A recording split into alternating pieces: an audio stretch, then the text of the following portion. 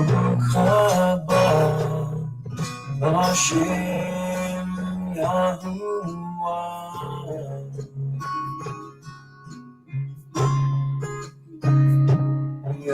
Yahusha,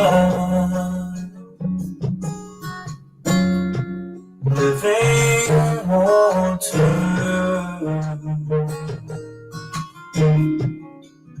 Baruch haba Hashem Yahuwah.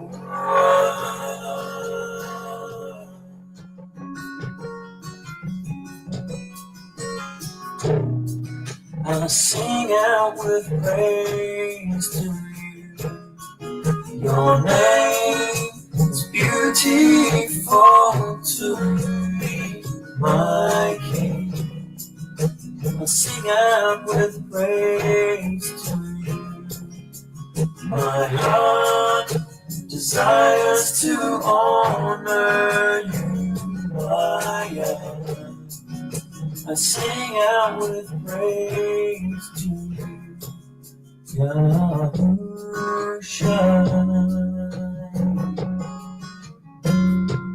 living Torah.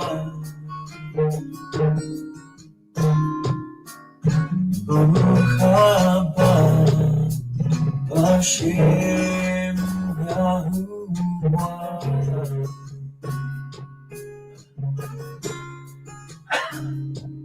Yahusha,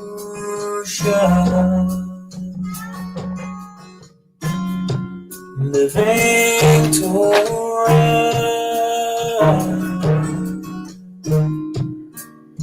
Baruch haba Hashem Yahuwah.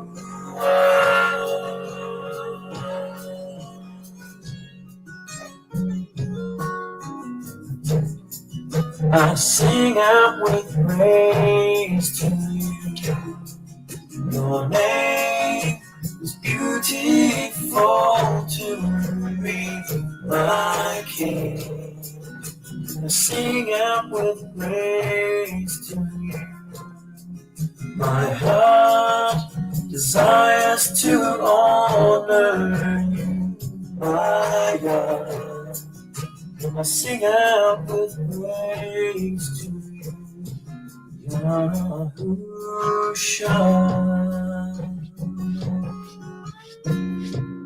living Torah.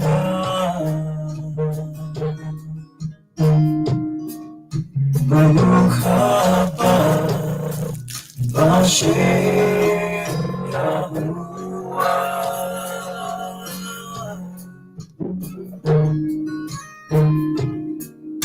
Baruch haba Hashem Yahuwah.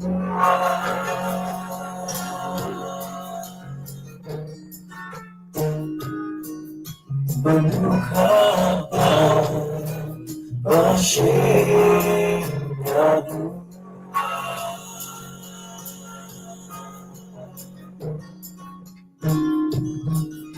Baruch haba Hashem Yahuwah.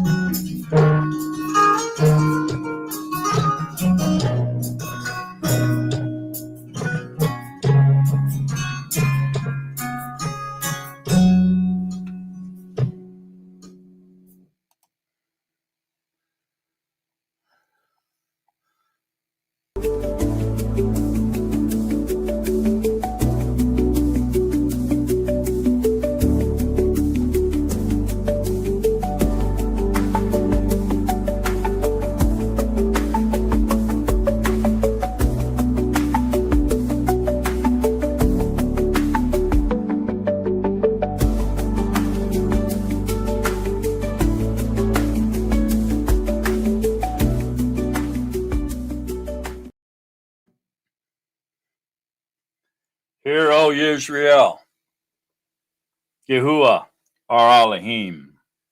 Yahuwah is one. And ye shall love Yahuwah your Elohim with all your heart, and with all your being, and with all your might. And these words which I am commanding you today shall be in your heart, and you shall impress them upon your children, and shall speak of them when you sit in your house, and when you walk by the way, and when you lie down, and when you rise up, and shall bind them as a sign on your hand, and they shall be as frontlets between your eyes.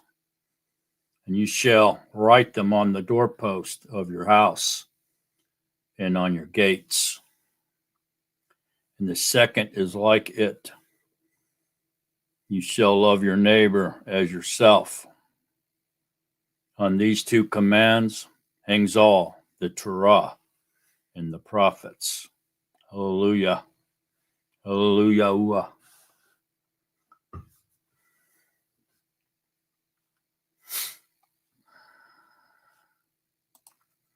Shabbat Shalom, everybody. Glad y'all are here.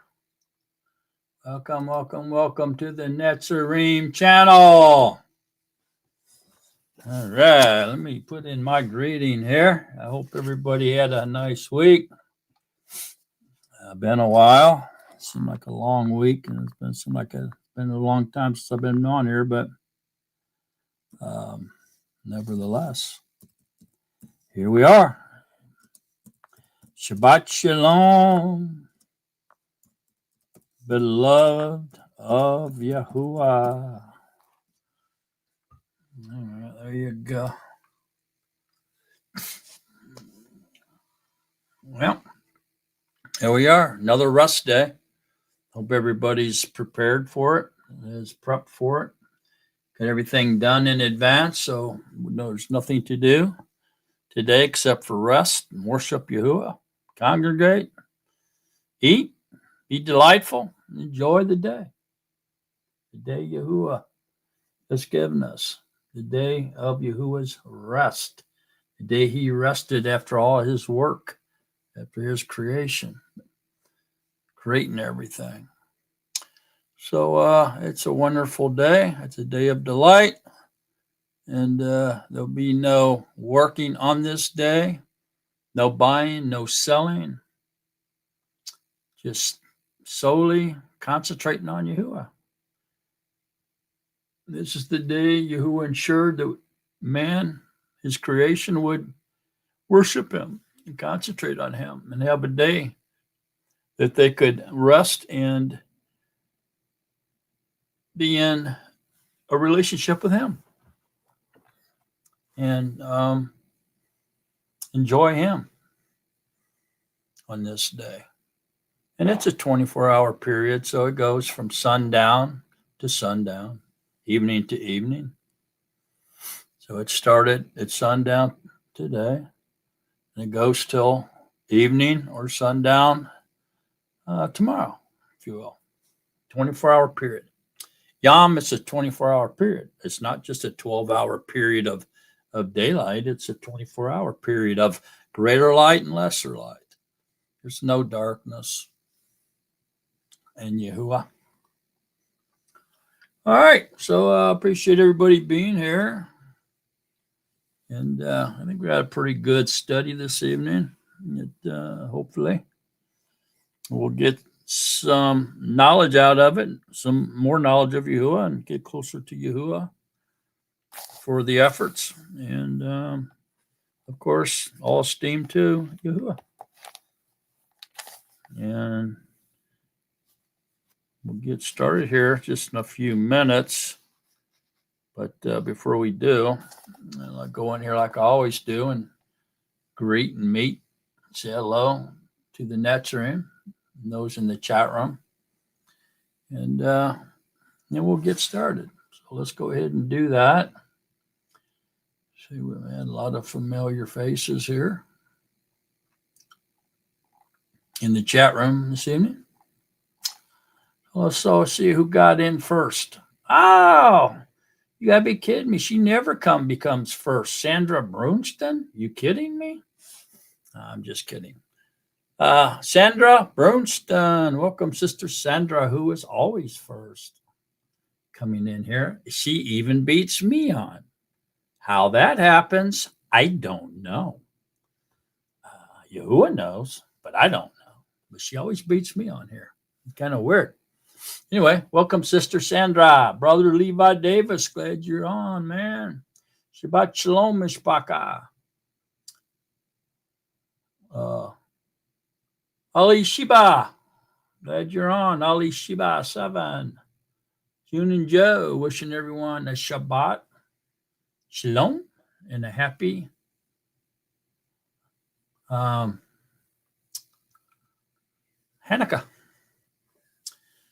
Sister Peggy Russell, glad you're on, Peggy. Shabbat Shalom, family.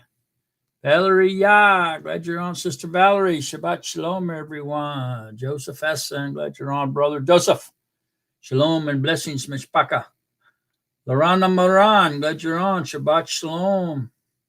Sandra Levi, June and Joe. Yahuwah's breath and new beginnings. Glad you're on, Sister Roz. Shabbat Shalom, everyone. Have a wonderful study. Brother Yahu Drew, glad you're on. Shabbat Shalom to everyone.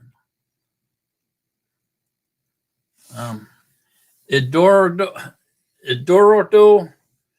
Caloreo. Shabbat Shalom, that's your name, family. Davy Steve, glad you're on, Davy. Shabbat Shalom, family. Yahukachun, glad you're on, Yahuachun. Shabbat Shalom, Aki. You, Akti, my brothers and sisters, beloved Kadesham. Hallelujah. Baruch Yahuwah. Hallelujah. Favor and peace to all the Kadesham and Master Yahusha HaMashiach with love always. Chris Trykowski, glad you're here, Brother Chris and Sister Amber. Shabbat Shalom, family, with love from Amber and Chris. Mark, glad you're here. Shabbat Shalom, everyone. Debbie Alvey, glad you're here. Shabbat Shalom, everyone. NPJLA. Shalom. Shalom, shalom. Glad you are here, brother. Jeremiah, glad you're here. Shabbat Shalom, family. Jesse, glad you're here. Shabbat Shalom. Rose Wright, glad you're here. Sister Rose, Shabbat Shalom, Mishpaka. We delight in the Shabbat. Yes, we do. All steam to Yah. Glad you're here. Shabbat Shalom. JJ Lot, glad you're here. Shabbat Shalom. Etzreem Projects, glad you're here. Shalom, shalom. Brother Lou and Sister Phyllis White, glad y'all are here. We are blessed to be here. Shabbat Shalom, family. Kings and Queens Coaching Group, glad y'all are here. Shalom. Kekano, glad you're here. Shabbat Shalom, Mishpaka.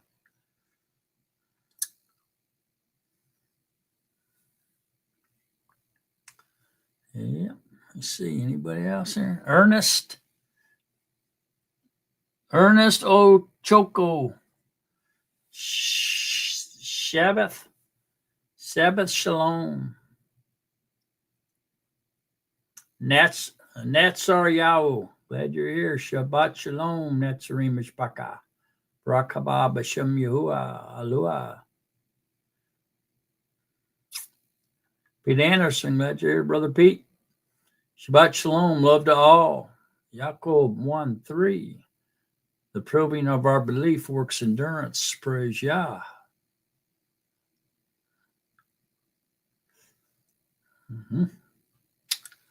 Mr. Three Jobs. Glad you're here, Brother John. Shabbat Shalom, Yahusha. Let's see, Brother Isaiah DS from El Paso. Glad y'all here. Shabbat Shalom, everyone.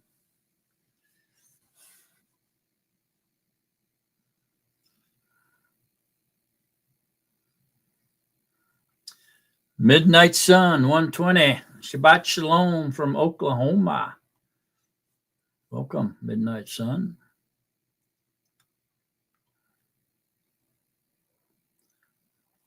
Alvin Huntsberger, glad you're here. Shabbat Shalom. Shalom, brother.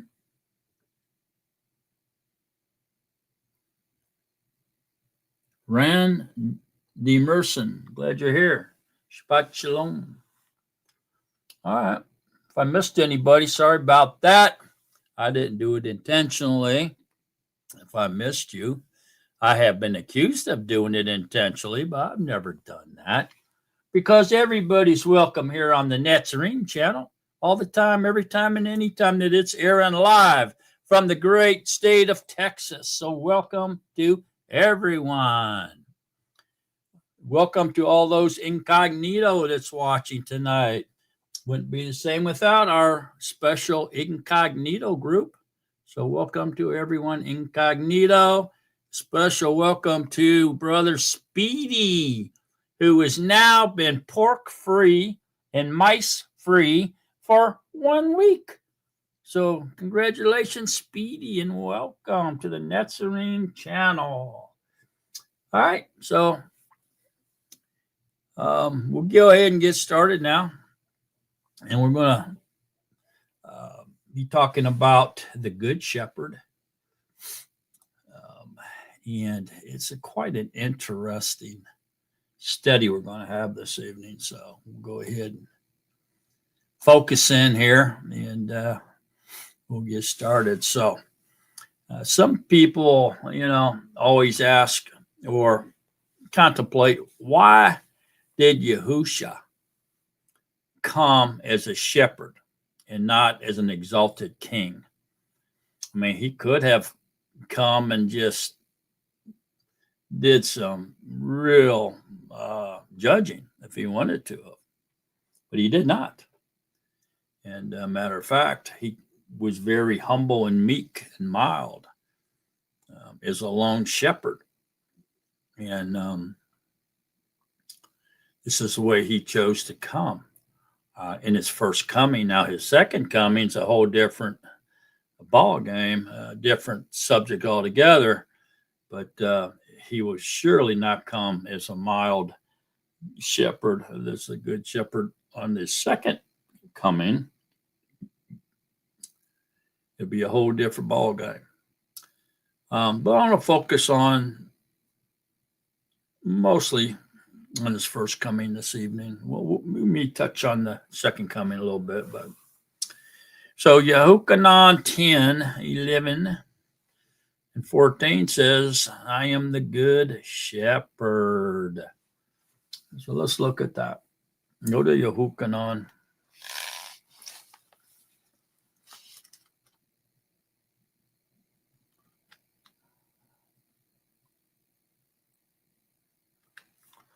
Go to Yahuchanan 10.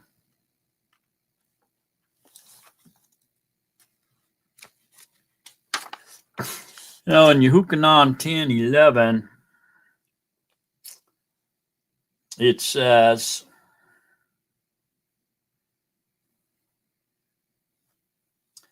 now I'm going to back up just a minute here. I'm going to back up. Actually, I'm going to back up to 5 and read down through 14, maybe even farther. It says, and they shall by no means follow a stranger, but shall flee from him, because they do not know the voice of the stranger. Yahusha used this figure of speech, but did not know what he had been saying to them. Isn't that an eye-opener? Yahusha therefore said to them again, truly, truly, they did not know what he had been saying to them. And Yahusha therefore said to them again, truly, truly, I say to you, I am the door of the sheep. All who came before me are thieves and robbers, but the sheep did not hear them. I am the door. Whoever enters through me, he shall be delivered, and shall go in and shall go out and find pasture. The thief does not come except to steal and to kill and to destroy.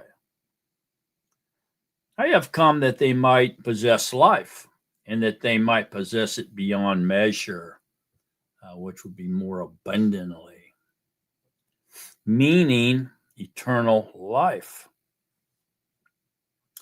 Literally in this world, it could be blessings, monetary and stuff, but spiritually, yeah, immortal life. I am the good shepherd. The good shepherd lays down his life for the sheep. But the hireling, and not being a shepherd, one who does not own the sheep, sees the wolf coming and leaves the sheep and flees. And the wolf snatches the sheep and scatters them. Now the hireling flees because he is a hireling and is not concerned about the sheep. I am the good shepherd, and I know mine, and mine know me. Even as the Father knows me, and I know the Father, and I lay down my life for the sheep. And other sheep I have, which are not of this fold, I have to bring them as well. And they shall hear my voice, and there shall be one flock, one shepherd. All right. So there's a whole lot in there. So I'm going to back out of there, and we're going to start talking about this a little bit now. Scripture prophecy about the coming of the Messiah prepares us to think of him as a shepherd. Just as we read in Ezekiel 34, it says, I will place over them one shepherd, my servant Daud or David, and he will tend them. He will tend them and be their shepherd. And so we're being prepared to think of the coming Redeemer, the coming King of Kings as a shepherd. So prophecies like this help us understand why the shepherds of Bethlehem over 2,000 years ago were told the good news about the coming of this good shepherd. So in Luke 2:8 and 10 through 11, it says, am I coming across too loud? Hang on a minute. Let me tone this down just a little bit, just in case I am. Okay, and so in Luke 2:8 and then 10 through 11, it says, and there were shepherds living out in the fields nearby, keeping watch over their flocks at night. But the messengers said to them, do not be afraid. I bring you good news that will cause great joy for all people. Today in the town of Daud, a deliverer has been born to you. He is the Mashiach, the Master. And so there's several things that jump out here in this particular passage, and that is that the shepherds were living out in the fields nearby, which means in the hills of Judea, the Judean hills, if you will, it had not become wintertime yet. Because when it did, they would bring them down out of the pastures in the higher elevations down to the flatter lands, and so where they could give them water and feed, get them out of the cold air, the rain, and where there was no food and water up in the mountains. Okay. So living out here in these fields was an indication or indicator that of the time of year, which it would have been before winter time.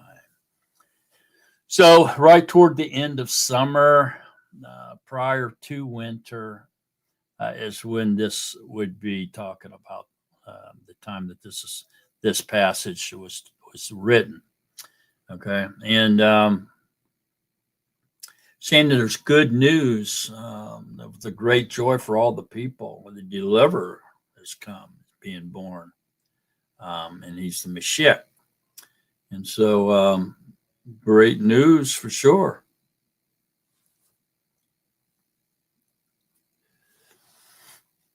So the prophets of the Tanakh teach us or ask us to think of the Mashiach as our good shepherd. And there's a whole lot of reasons for this. Is there was one of the bigger occupations at the time in Israel was, shepherds, sheep herders, goat herders, things like that, along with, nautical jobs such as sailing and delivering and picking up supplies around the Mediterranean seaboard, which, the Israelites were a sea-bearing nation, probably foremost, and then into aquaculture, and then even into herding. And so this would be speaking to the nation, but in particular, those who are familiar with the shepherding occupation of herdsmen. Okay, and so in this understanding, or this part of Israel where the herdsmen were mostly gathered, the shepherd would be considered a prominent person, and therefore very meaningful when using a metaphor in the scriptures. And matter of fact, Yahusha is referred to as a shepherd in quite a few places in the Tanakh. And let's take a look at them. Let's look at a couple. Okay, let's look at Genesis, for example, 49. Go to Genesis 49.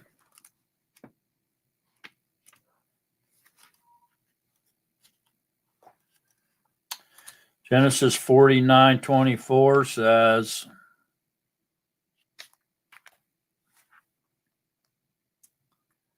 and this is 49:24. But his bow remained in strength, and the arms of his hands were made strong by the hands of the mighty one of Jacob. From there is the shepherd, the stone of Yisrael. From the all of your Father who helps you, and by the Almighty who blesses you with blessings of the Shemayim above, blessings of the deep that lies beneath, and blessings of the breast and of the womb. So there you go. And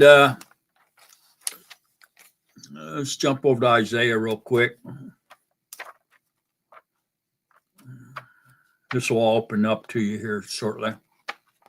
You always got to start somewhere. It's like a book. Pick up a book, start reading the book, and the first few pages is like, what? And then, but as you keep reading the book, all of a sudden, it starts opening up, and you get really, real interested into it. And so it's the same way as we begin to learn and study about a subject in scriptures as well. So looking at Isaiah 40, verse 11, it says, he feeds his flock like a shepherd. He gathers the lambs with his arm and carries them in his bosom, gently leading those who are with young. So in the latter, Yahuwah is described as a tender shepherd who cares for his flock or his people. The flock is a metaphor for his people. Okay. So he tends his flock or his people like a shepherd. He gathers the lambs in his arms, which would be maybe babies or new converts, and carries them close to his heart, to his bosom. He gently leads those that have young mothers with babies. In Psalms 23,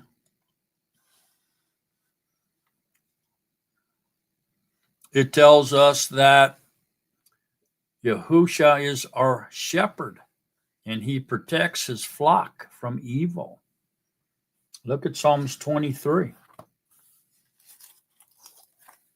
This is a very well-known Psalms. Matter of fact, it's many people's favorite song. Everybody has their favorite Psalms, right? Except for me. I like them all. But I might have a list of top 10. But anyway, Psalms 23, Yahuwah is my shepherd. Nothing do I need. He makes me to lie down in green pastures. He leads me beside still water.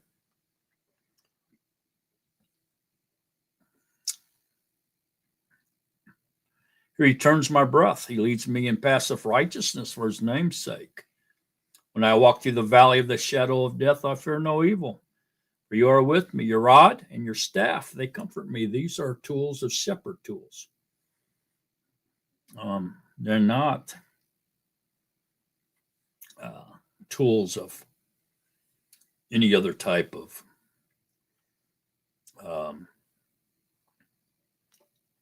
job that I know of, any other type profession that I know of. Rod and staff, generally speaking about shepherds, right? You spread before me a table in the face of my enemies. You have anointed my head with oil. My cup overflows. Only goodness and loving kindness follow me all the days of my life. And I shall dwell in the house of Yahuwah for the duration of the days. Very beautiful Psalms, right? So why is Yahuwah's flock or people, if you will, compared to sheep and not cattle or chickens or horses or pigs or anything else? Why is Yahuwah's flock compared to sheep?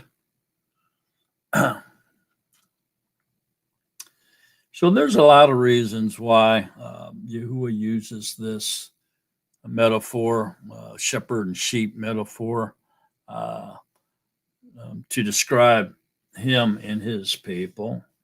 And one reason is because sheep are in need of leadership. Sheep need a shepherd watching over them and leading them. Without it, the sheep will wander off and are soon injured or even killed. They'll follow each other right off of a cliff. One goes, they all follow. And so it's interesting, really, when you compare the characteristics of a sheep to people. It becomes, it opens up, turns on some light bulbs. Let's just put it that way.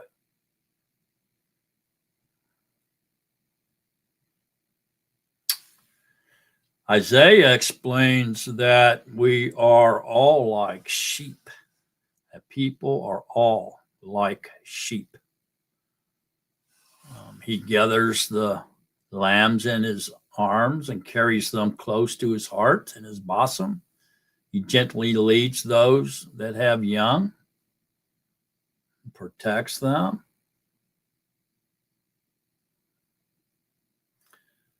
Um, so sheep are in need of leadership. They have to have it. They really cannot survive on their own. So when Isaiah explains that we are all like sheep and have gone astray, each of us has turned to our own way. In Isaiah 53:6,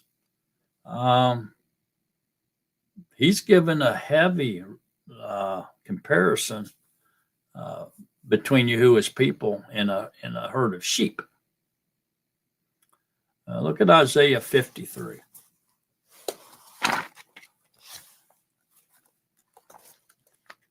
Isaiah 53:6 says,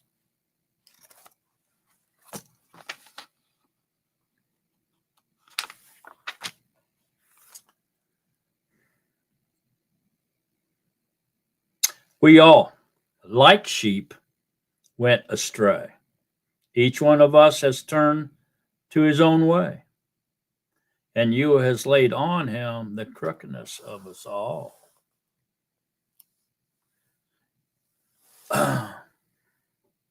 He was oppressed, and he was afflicted, but he did not open his mouth.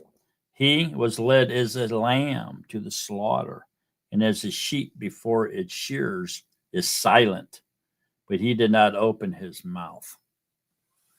So even Yahusha, being 100% human, had 100%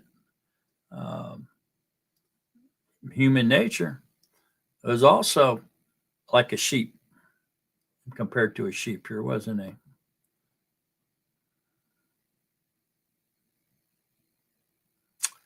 So this was just as true for Yahusha as it was for people, because he was a man. He did come in the flesh, just like us. He had a spirit, just like us. He had a fleshly body, just like us. The only difference was he was without sin.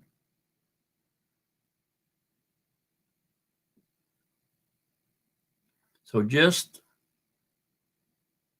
as for people to be compared to sheep, including Yahusha,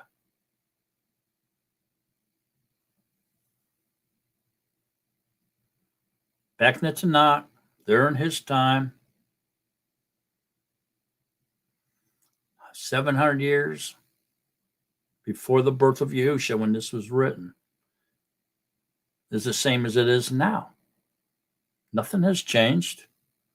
Everything's the same. Nothing's changed. Humanity, characteristic of humanity, has not changed. That's why so many people are conformists, especially nowadays with all the crazy chaos and confusion going on in the world. There's so many conformists, it's not even funny, and it's going to get worse.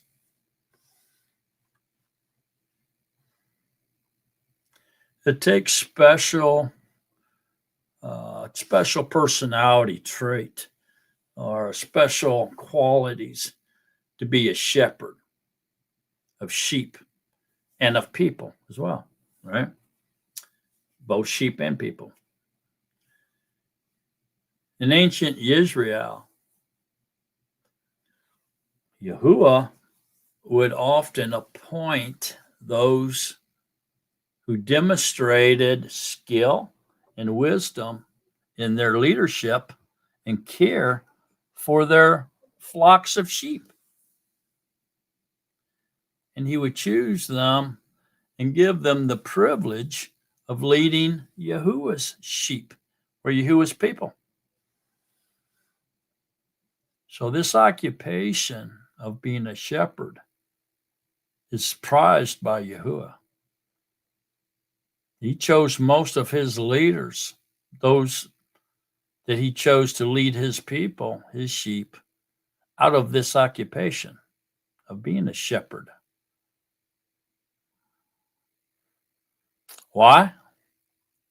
Well, because shepherds can become great leaders.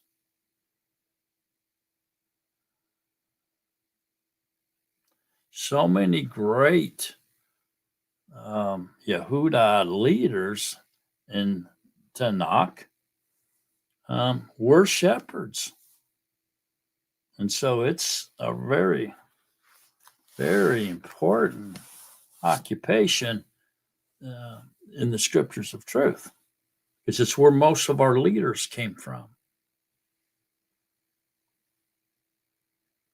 Yahuwah handpicked shepherds with a proven record of trustworthiness in caring for their sheep to be the patriarchs or the fathers and first leaders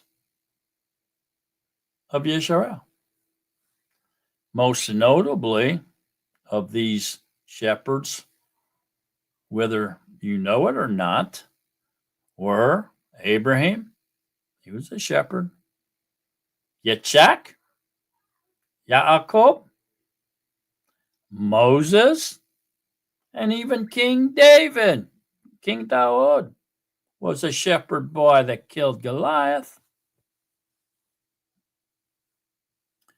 So what is it?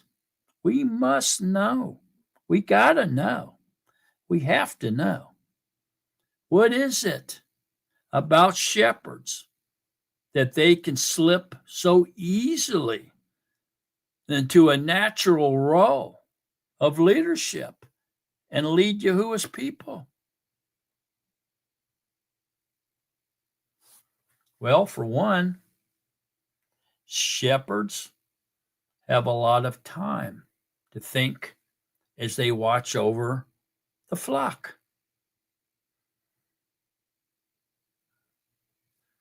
According to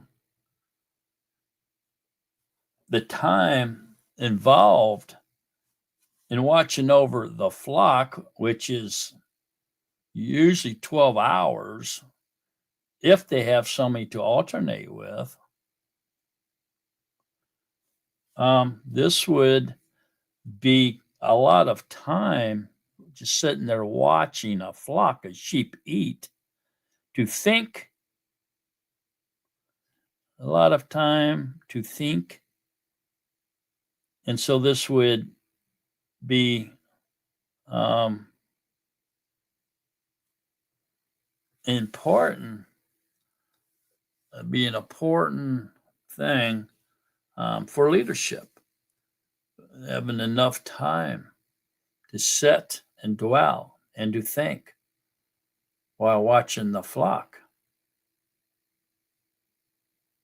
A prerequisite for leadership? Yes, absolutely.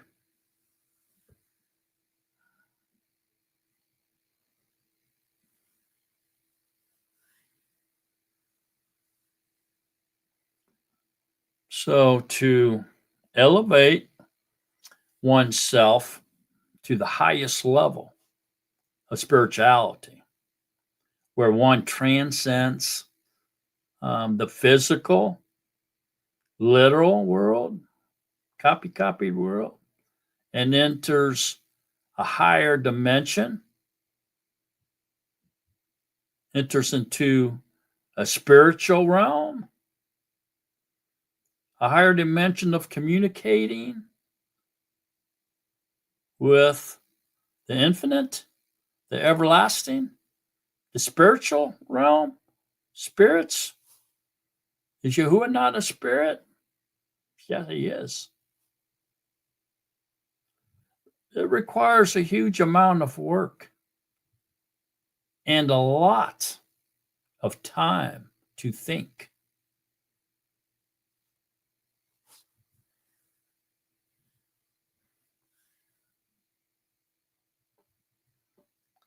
Furthermore, shepherds have a great deal of practice managing large groups of living creatures that have a tendency to wander away. which sheep do.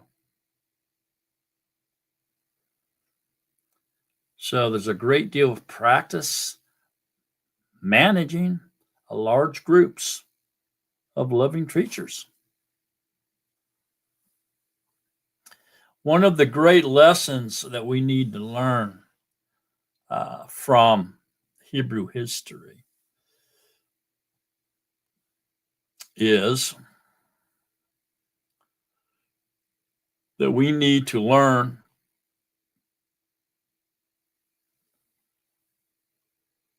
that their history is very difficult.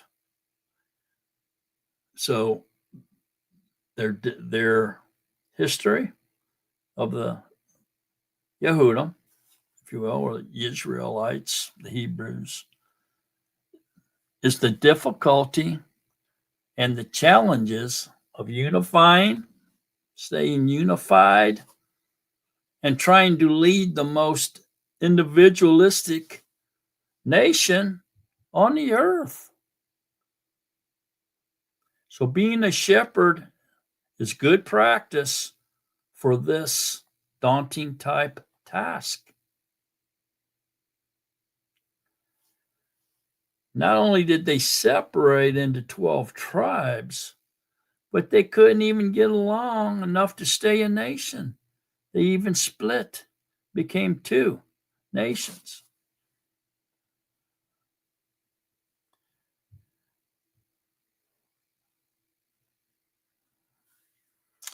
And as far as Moses goes, who was a great shepherd, and although Moses was raised not as a shepherd, but as a prince of Egypt, he was adopted by the Pharaoh's sister. And so he was a prince of Egypt. And he was probably likely well versed in the principles of Egyptian leadership as well, as far as leading the nation, leading an army, leading a workforce, this type of thing. So Yahuwah prepared Moses for the task of leading the Israelites through a 40-year position as his shepherding his people. So it was likely very humbling, and humility is an important quality, a vital quality for a great leader, especially a shepherd. And so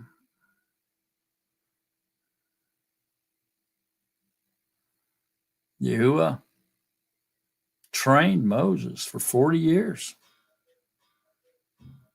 as a shepherd, plus preparing him for the task of leading the Israelites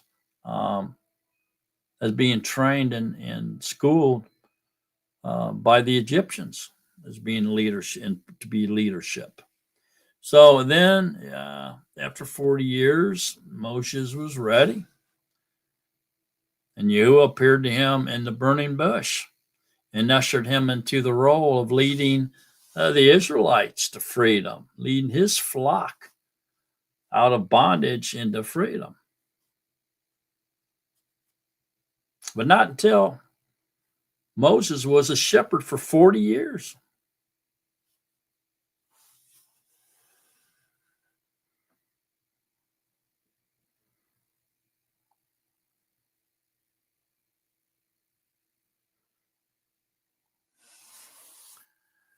So the King of Kings, a good shepherd, a good king, praises his shepherds. Daud, King David, was also a shepherd, and Yahuwah called him to lead Israel as well out of his leadership, his shepherd duties.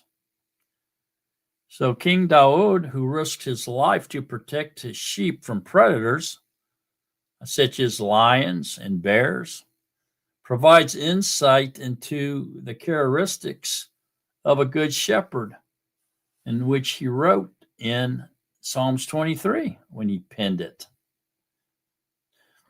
In Psalms 23, verses 1 through 3, he says, Yahuwah is my shepherd. I lack nothing. He makes me lie down in green pastures. He leads me beside quiet waters. He refreshes my being. King David's solitude as a shepherd helped him to deeply understand that Yahuwah was his shepherd. Can you imagine the thought, the deep thought, the continuous thought, the dwelling that he did on Yahuwah to come up with this? He could only have done that in solitude.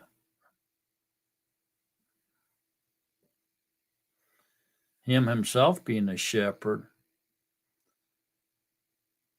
helped him deeply understand that Yahuwah was his shepherd and the shepherd of the Israelites.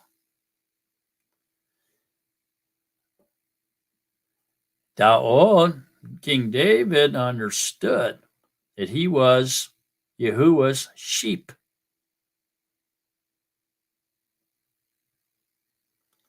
And this is quite touching metaphor, isn't it?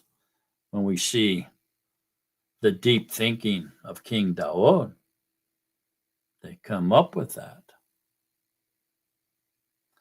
Even Peter, 1 Peter 1:10 through 12 says, like sheep, we are totally dependent on our shepherd to provide our substance.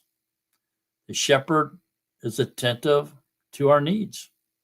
When we enter the flock of the good shepherd, his very words feed us.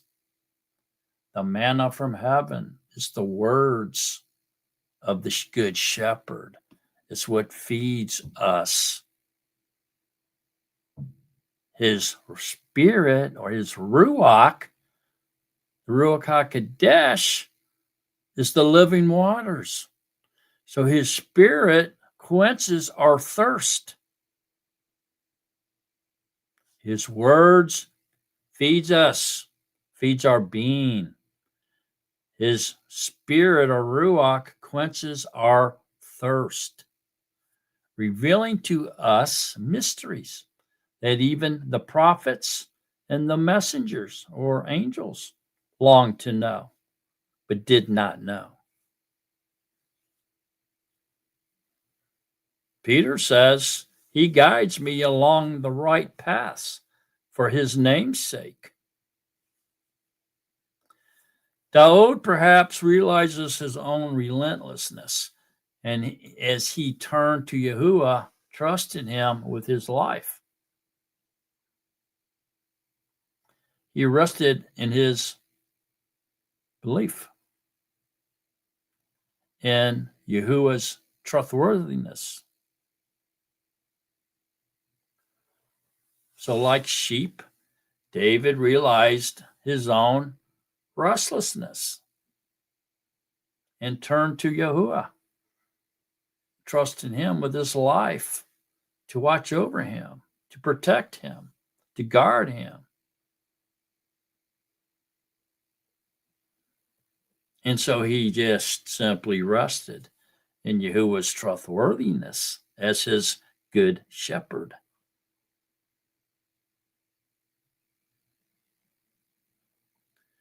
Like sheep, people are restless.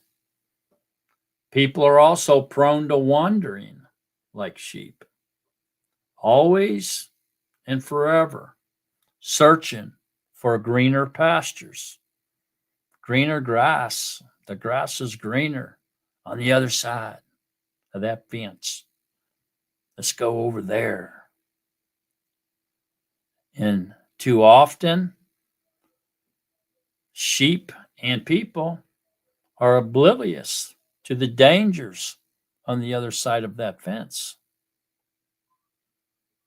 Sometimes, although it looks better on the other side, when you go to the other side, you're not protected by Yahuwah anymore. You're out of his presence. Shepherds are watchful.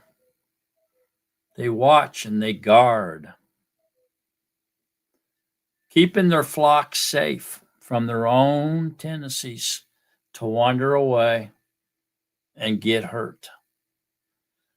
This protects them from dangerous terrain and low-waiting predators. Savage wolves. The savage wolves. They'll wait for them to pounce, to take away their life from them.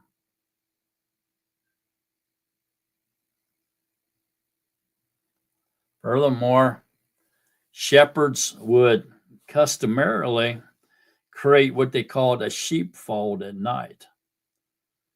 This was an enclosure that they would make, and they would top it by thorns and branches and thorns to keep the sheep in and deadly predators out. Do you think that this was some type of a foreshadow meaning of the crown of thorns that was placed on the good shepherd's brow? It's an interesting thought, isn't it?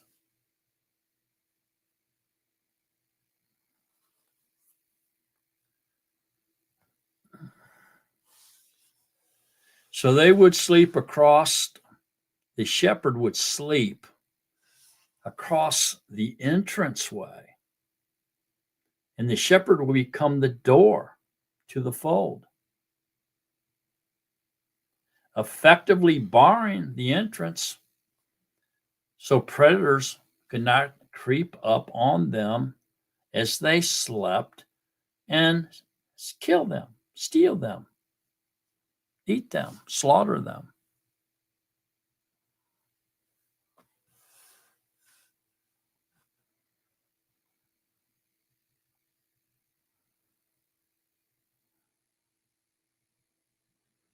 Verse 4, Psalms 23 says, even though I walk through the valley of the shadow of death, or through the darkest valley, I will fear no evil, for you are with me.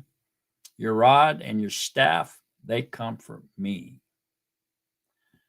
So when sheep do happen to wander off into dangerous territory or wander into dangerous circumstances, getting caught in a thicket, perhaps, floating down a river,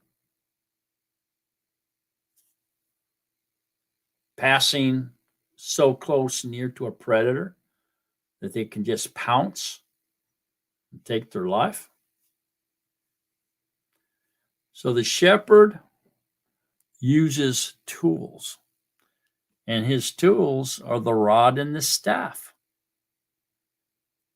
And the rod and the staff is used to defend, rescue, and bring his sheep back and under his protection, back into his fold. So people likewise find themselves in perilous circumstances they never imagine or are unprepared for as well. So Yahuwah never abandons us to face those challenges alone. And this is what King Daud recognized and understood when he wrote verse 4. So the rod, often considered by most people a disciplinary tool, is in reality a weapon used to defend sheep by warding off predators.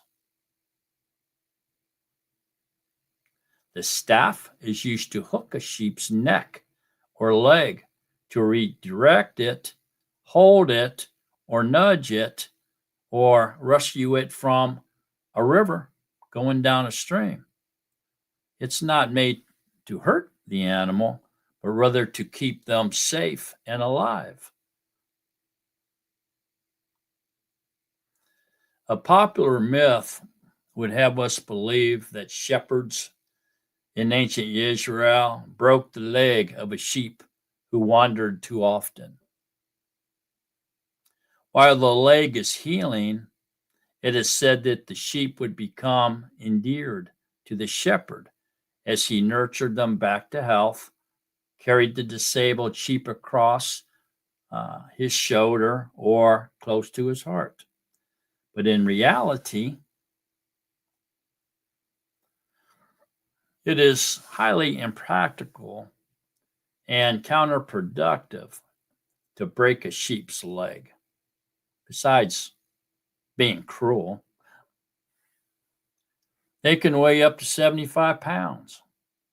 So carrying one, even a disabled sheep, would handicap the shepherd, preventing him from adequately caring for his other sheep for several weeks, just to tend to the one sheep with the broken leg. He would be neglecting all the other sheep, putting them even closer into harm's way. So if we can imagine if a shepherd were caring for multiple sheep in this condition with broken legs. This would require all of his attention, and he would probably lose more sheep from the flock than he would have lost if he would have not broken the legs of those two or three or whatever. Furthermore, if the sheep's leg might not heal properly, which means it would permanently handicap the sheep from responding to predators in the future.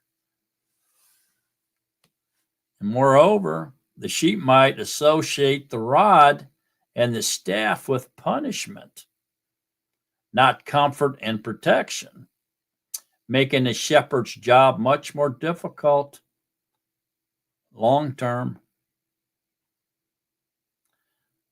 So if shepherds in ancient Israel did disable their sheep, we would likely see it reflected in the Tanakh, or at least in Yehuda traditions.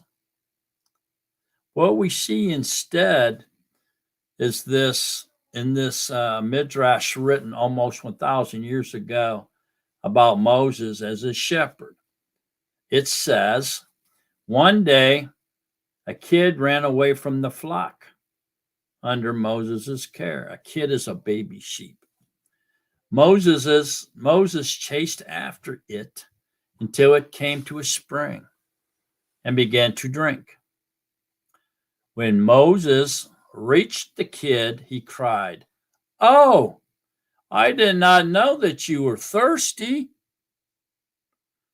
Then he cradled the runaway sheep in his arms and carried it back to the flock. And so Yahuwah El Shaddai noticed that Moses did this. And so he said, "You are merciful in tending sheep. You will tend my flock, the people of Yesharel."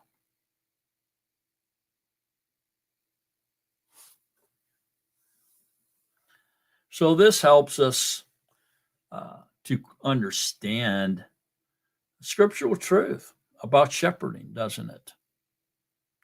Moses realized that the lamb, or the kid, did not run away from the flock out of malice or wickedness, but because it was merely thirsty.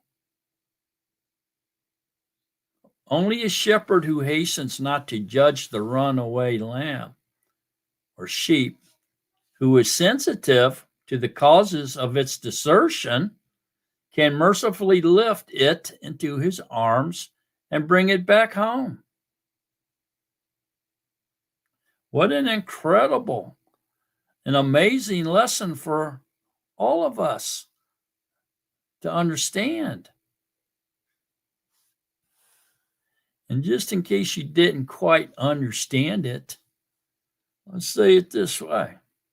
Before we judge and condemn our own sheep for what seems to be backsliding, rebellion, or lack of judgment, we have an opportunity to discover the reason for their action so we can more effectively lead them into greener pastures and quieter waters, not into a prison or a hospital bed. Isaiah 40:11 sums up our duties when he says, a good shepherd gathers the lambs in his arms and carries them close to his heart. He gently leads those that have young. What a revelation. As we continue to read through Psalms 23, the shepherd and king writes, you prepare a table before me in the presence of my enemies. A shepherd will never betray his sheep by allowing him to be taken by a predator. Instead, he will keep predators at bay while he leads his sheep to graze. Though people will fail to protect us in this way, or even lead us into deeper danger, our good shepherd never does. Never, ever does. Psalms 23, verse 5 says, you anoint my head with oil. My cup overflows. When sheep strayed and were injured, shepherds would use oil as a balm to help soothe the pain and heal the hurt. This gesture is also symbolic of lavish generosity and goodness on the part of a host. In King Daud's case, this shepherd was eventually anointed with oil as the king. Likewise, although Yahusha is the King of Kings, he came as a humble shepherd. When he returns, his exalted kingship will be evident to all, and every knee shall bow at the name of Yahusha HaMashiach.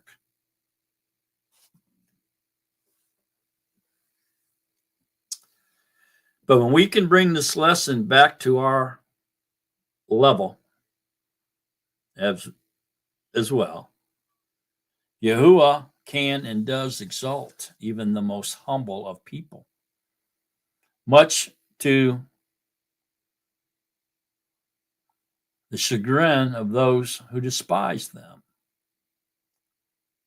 Psalms 23, verse 6 says, surely your goodness and love will follow me all the days of my life, and I will dwell in the house of Yahuwah forever.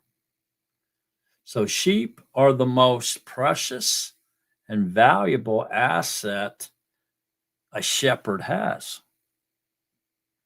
Therefore, a good shepherd treats them as a treasured possession.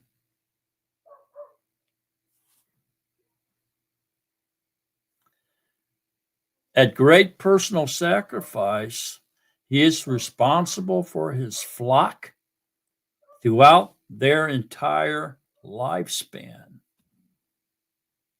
Very similar to nurses who watch over critically ill patients throughout the night, even after their 12-hour shift is finished, to make sure their patients make it to the next treatment to keep them alive. Likewise, Yahusha is such a shepherd. He will never abandon us, providing for us sacrificially. He has even laid down his life for his sheep.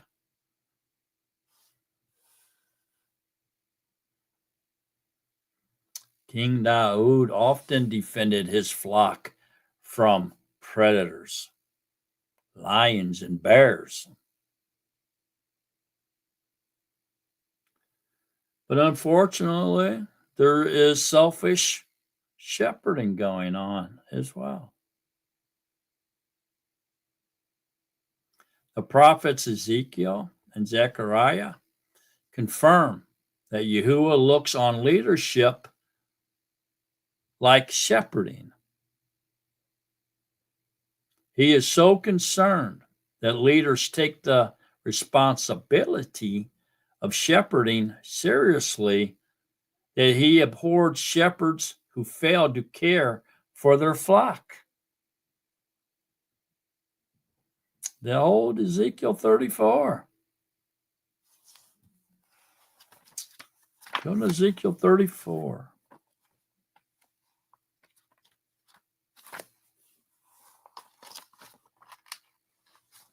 Ezekiel 34, 3 through 5. You can back it up some here to 2. I'm going to back it up to 2. Son of man, prophesy against the shepherds of Yesharal. Prophesy and say to them, thus said the Master Yahuwah to the shepherds. Woe to the shepherds of Yesharal who have been feeding themselves. Should not the shepherds feed the flock? You eat the fat and you put on the wool. You slaughter the fatlings. You do not feed the flock. You have not strengthened the weak, nor have you healed the sick, nor bound up the broken, nor brought back the straying, nor sought what was lost, but you have ruled them with might and harshness. And they were scattered because there was no shepherd, and they became food for all the beasts of the field when they were scattered. My sheep wandered through all the mountains and on every hill, high hill, and my sheep were scattered over all the face of the eretz, and no one was seeking or searching for them. Therefore, you shepherds, hear the word of Yahuwah. As I live,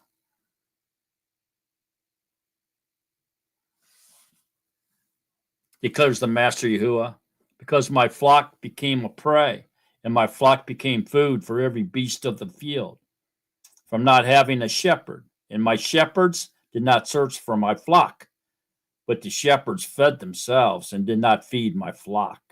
Therefore, shepherds, hear the word of Yahuwah. Thus said the Master Yahuwah, see, I am against the shepherds, and I shall require my flock at their hand, and shall make them cease feeding the sheep, and the shepherds shall feed themselves no more. And I shall deliver my flock from their mouths, and they shall no longer be food for them. For thus said the Master Yahuwah, see, I myself shall search for my sheep and seek them out. As a shepherd seeks out his flocks on the yam, he is among his scattered sheep. So I shall seek out my sheep and deliver them from all the places where they were scattered in a yam of cloud and thick darkness. Wow. I'd say he abhors shepherds who fail to care for their flocks. But Yahuwah also promises, on the other side of the coin, Yahuwah also promises to send the good shepherd to care for his sheep. So in Ezekiel 34, verses 23 and 24, it says, well,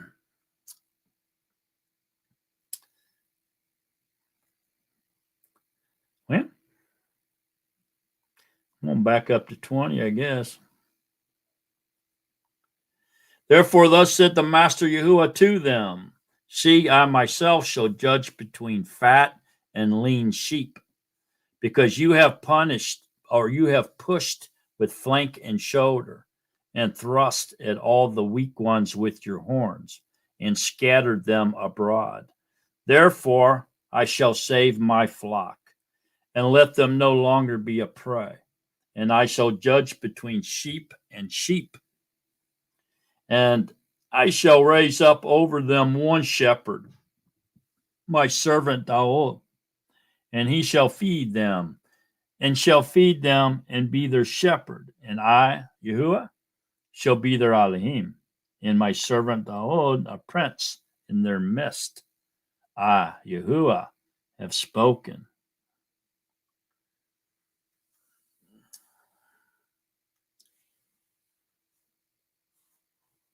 So the servant shepherd, speaking of here, as a descendant of King Daod, is the Messiah. So the servant shepherd, the good shepherd, is Yahusha HaMashiach, Yahusha the Messiah, who, as promised, came from the line of Daod. And this is what this is talking about. So Yahusha is the good shepherd, the shepherd of Yahuwah. And Yahusha came in fulfillment to fulfill Yahuwah's promise to send a good shepherd to shepherd over his people, Yisrael. In the period, during the period he was born, however, the shopkeeper and doctor had been raised up in social status, while the religious leaders despised and mistrusted shepherds, officially condemning them as sinners.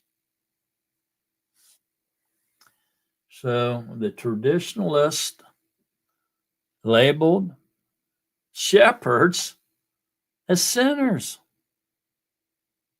Go figure, man.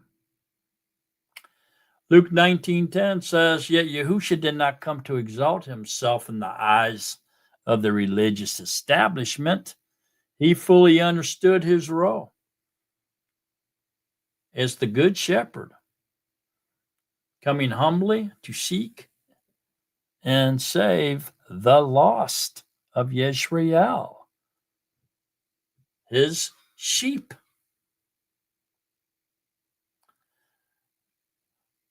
Yahusha explains it this way in Luke 15, 4-7. Suppose one of you had 100 sheep and loses one of them.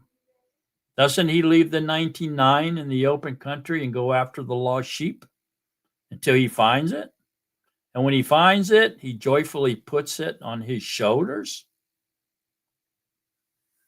So the joy in finding what is lost but precious is further illustrated in the parable of the father who throws a grand banquet for his son after he returns home from a time of wandering.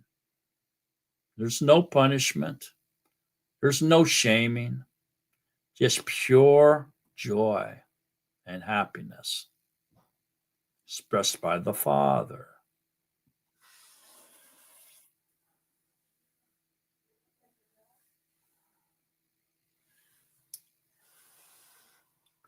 Yahusha said, I came for that which was lost.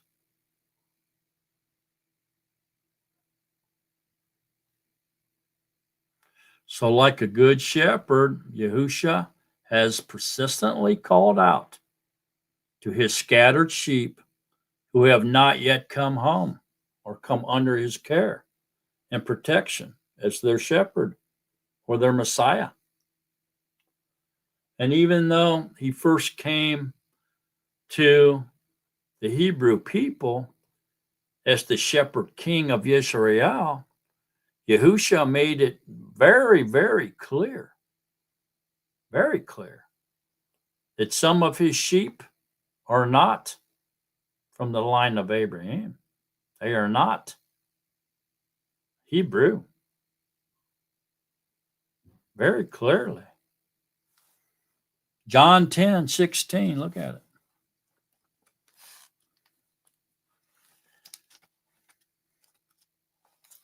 John 10:16 says,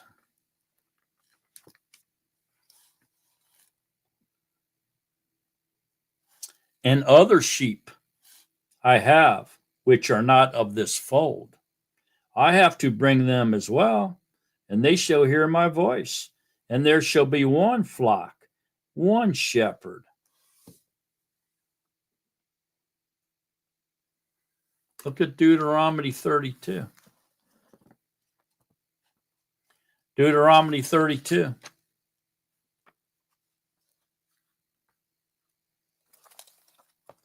Deuteronomy 32, 21.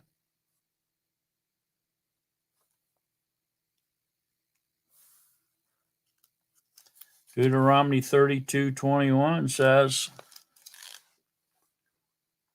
they made me jealous by what is not all. They provoked me with their worthless things, but I make them jealous by those who are no people. I provoke them with a foolish nation. Look at Zechariah 2:11.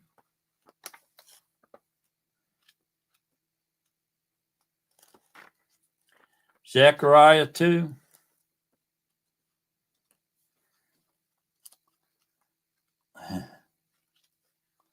I'll get to it one of these days. Zechariah 2:11 says, and many nations shall be joined to Yahuwah in that Yom, and they shall become my people, and I shall dwell in your midst, and you shall know that Yahuwah Sabaoth has sent me to you. Look at Isaiah 49. You see, there's another flock here. That's what we're talking about. Isaiah 49, 22 says, thus said the Master Yahuwah, see, I lift my hand up to the Gentiles and set up my banner for the peoples, and they shall bring your sons in their arms, and your daughters carried on their shoulders. And sovereign shall be your foster fathers, and their sovereignnesses your nursing mothers. They bow down to you with their faces to the arets and lick up the dust of your feet. And you shall know that I am Yahuwah. Those who wait for me shall not be ashamed. Wow. Isaiah 62.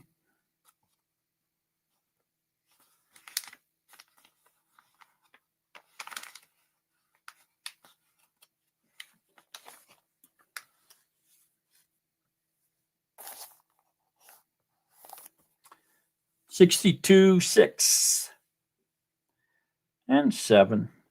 I have set watchmen on your walls, O Jerusalem, all the day and all the night, continually. You are not silent. You who remember Yahuwah, give yourselves no rest, and give him no rest till he establishes, until he makes Jerusalem a praise in the Arats.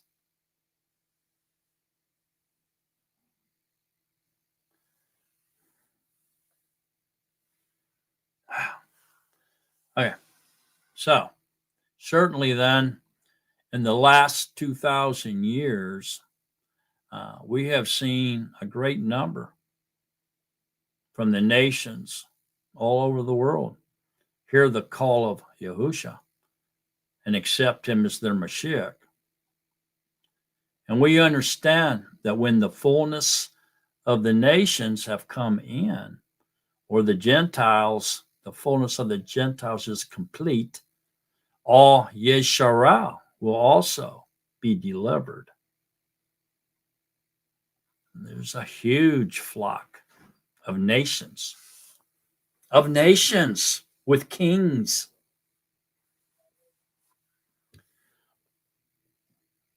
The prophetic time is not far off, folks. We're getting extremely close now. But in the meantime, while we're still waiting for the shepherd to return, we are to care those who have been entrusted, the stewards, the shepherds. We are to care for the flock of the shepherd, of the good shepherd, the shepherd of Yesharah, until he comes back. Look at Acts 20.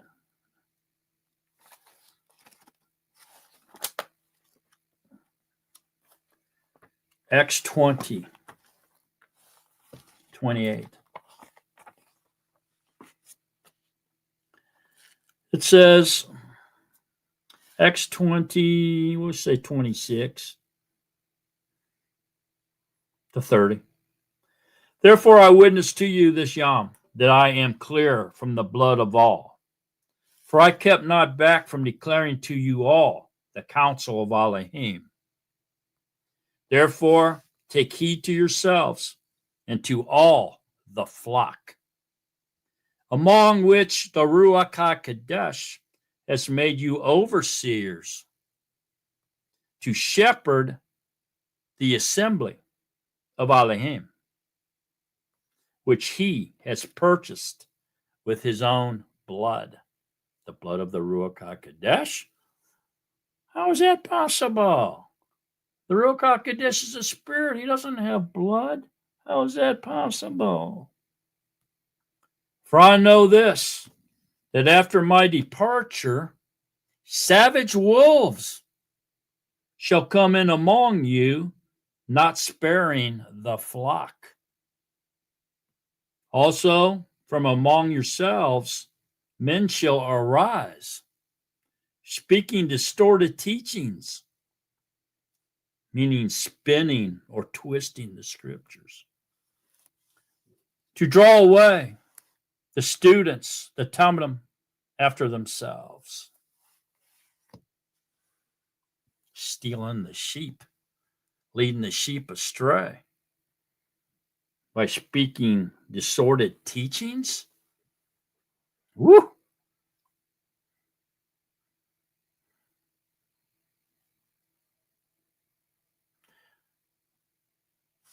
In Yochanan 21, we read a remarkable passage. John 21,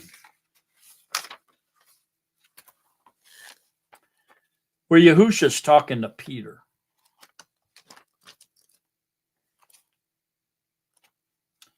In John 21, 15 through 17,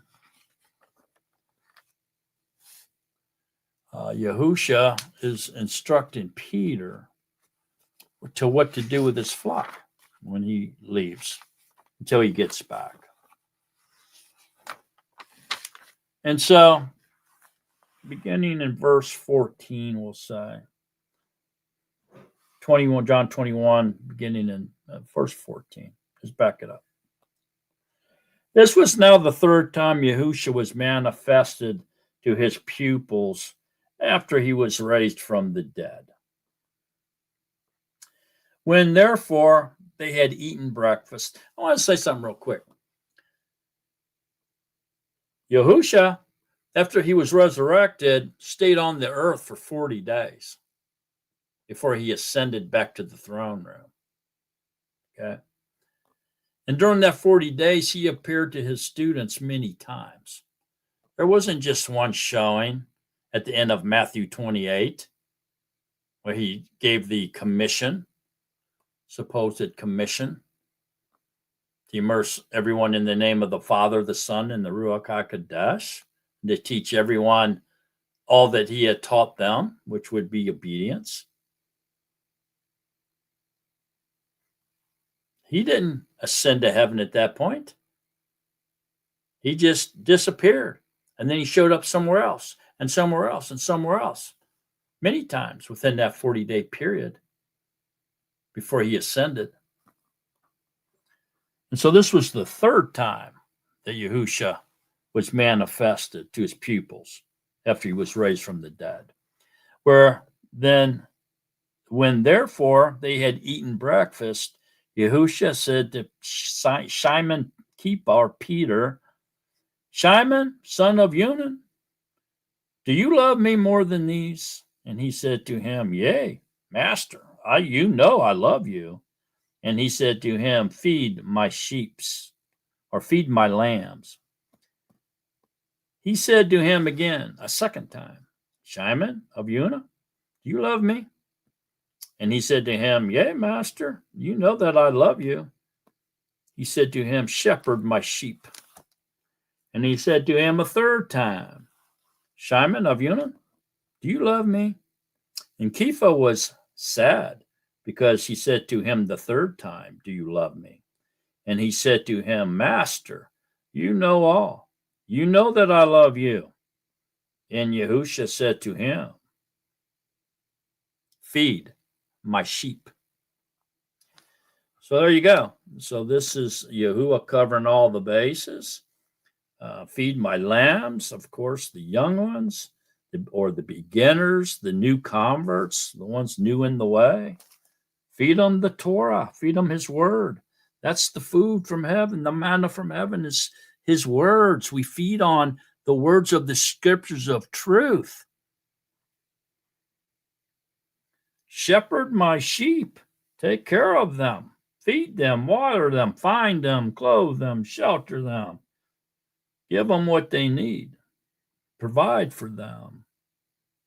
Find them if they go astray. And then he said, feed my sheep. This is talking about feed my lambs and feed my sheep. After they grow up, they still need nutrition. They still have to feed off the manna from heaven. They still, even the mature sheep, need food. So they still need to eat from the words of truth, the spiritual food, the manna from heaven, the words of Yahuwah. And they need to drink of the Ruach, the living waters as well, which is the Ruach HaKodesh. So here we go. Extremely important to Yahusha to instruct Peter, feed my lambs, shepherd my sheep, and feed my sheep. You can see the importance of this. And while we are caring for the sheep under our own watch, they come in all different sizes and styles. Okay, I mean, we can be talking here about your brother and sister, Netzarems and Mashiach, sheep under his own watch, under your own watch. It could be your employees, if you have employees, or students, if you happen to be a teacher, patients, if you happen to be a doctor or a nurse, and children, if you happen to be a mother, father, uncle, aunt, grandma, grandpa. No matter what row, if you're attending for his sheep under your watch, we must continue to bless, to Baruch, Yesharau, by shepherding his sheep.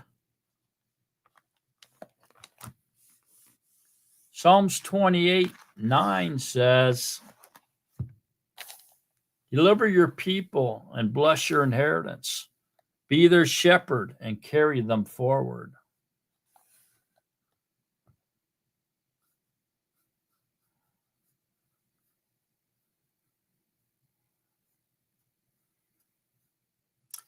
We're still in the holiday now of Hanukkah. So during this observation, this observance of or memoirs of Hanukkah, where the Maccabees rededicated the temple after taking it back from the Greek abomination, Antiochus IV, and the miracle of lights, Festival of Lights, still going on. I think this is the fourth day now. Yeah, it is the fourth day. This becomes even more important, more prominent. Something we should really focus on here, being a good shepherd, being a shepherd, a good steward for the good shepherd, I should say. We can bring the Basora, or the message, the testimony, the good news, if you will, of Yahusha HaMashiach to others, to the lost sheep. If they're his, they'll hear his voice and they'll come running.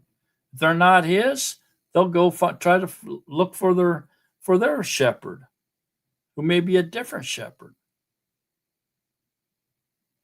But to Yahuwah's people, to his flock, to his lost sheep, here in America, in your state, in your town, your city, or across the sea, in Israel, anywhere around the world, in any country. We call out to them. We proclaim his word. And if they're his, they'll hear his voice and they'll come running. If they're not his, they won't. Isaiah 49 says, "You who bring good news to Zion, go up on a high mountain. You who bring good news to Jerusalem, lift up your voice with a shout. Lift it up.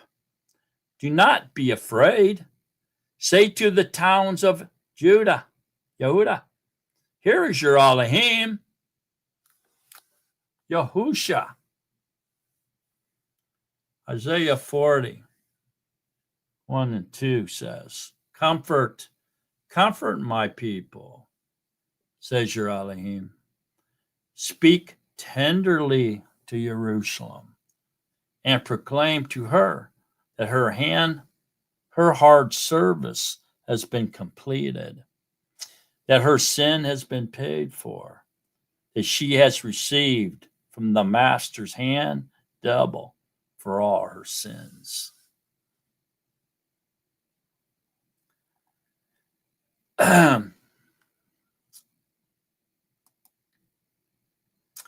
So, what happened? So let's see now. Oh, here we go. Okay. I hope y'all are enjoying this study this evening, getting a lot out of it.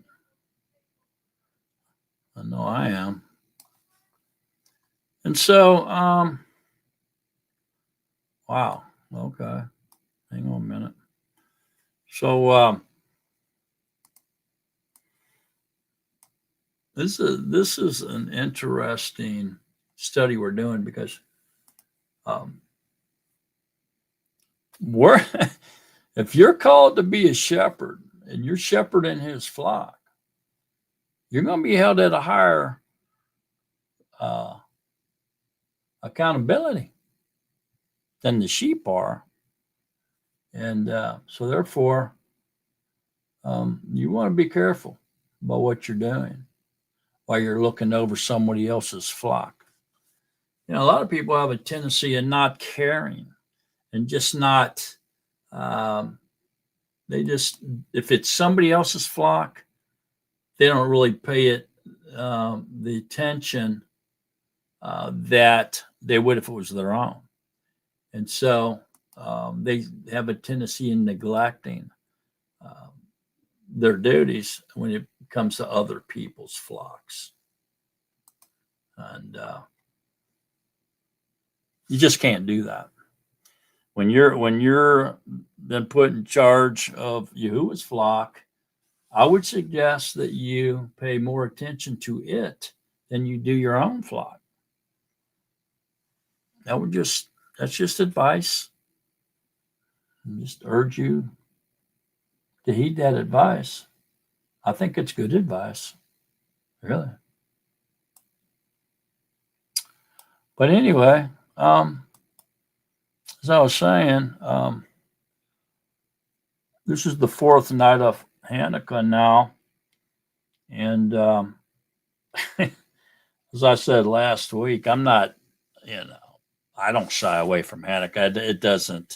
It doesn't scare me. I mean, it's, people say, oh, that's not one of the festivals. You're not allowed to keep it. Well, yeah, to my understanding, Yahusha walked in the porches of the temple in Jerusalem during Hanukkah. And so why would he be there if not to celebrate Hanukkah?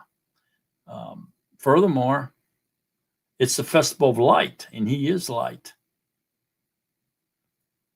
But anytime we read about Yahusha being in Jerusalem or going to Jerusalem or in Jerusalem, it's always during one of the appointed times.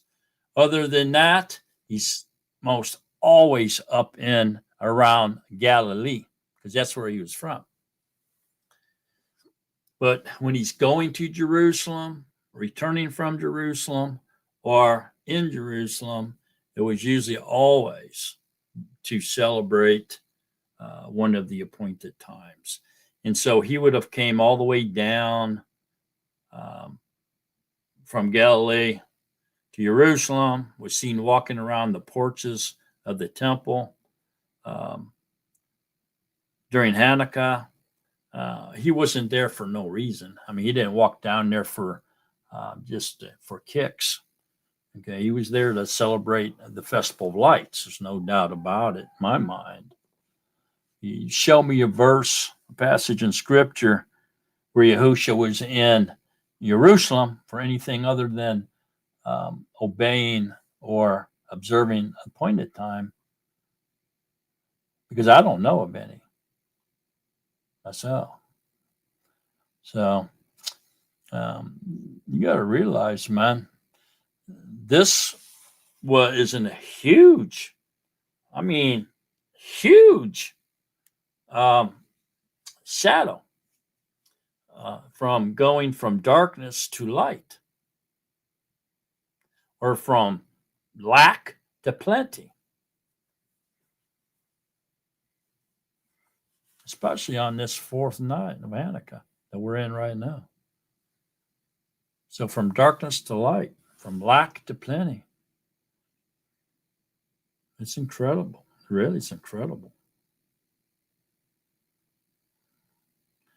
So right now, over in Israel or around the world, Yehudim, they've lit 4 candles, and then they have the shamash, which is the candle, the center candle that lights all the other candles, and they're all lit on their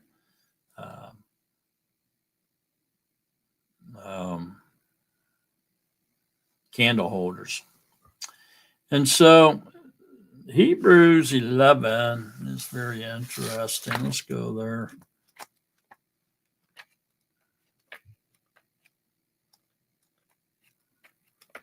Hebrews 11.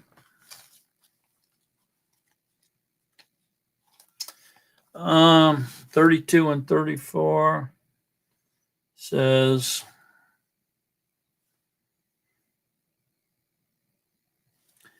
and what more shall I say? For the time would fail me to relate of Gideon and Barak and Samson and Jephthah, also Daud and Samuel and the prophets, whom through belief overcame reigns, worked righteousness, obtained promises, stopped the mouths of lions, quenched the power of fire, escaped the edge of the sword, out of weakness were made strong, became mighty in battle, put foreign armies to flight. So, this being the fourth night or day, whatever you want to call it, Yom of Hanukkah, we observe the entire 8 days of Hanukkah. We observe Hanukkah all 8 days in remembrance of the historic victory of the Maccabees over the Seleucid Greek emperor Antiochus IV and those who desecrated the temple, making it into their pagan temple, if you will, their pig shrine, if you will. Part of the wonder of Hanukkah is that this small, untrained force of men was able to defeat the most powerful army on the earth at that particular time.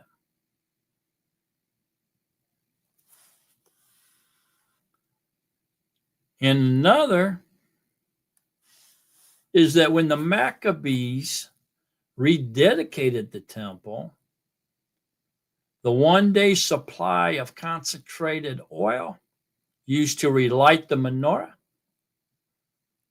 miraculously continued to burn the entire 8 days necessary to produce additional concentrated oil, according to the Talmud or the Jewish tradition.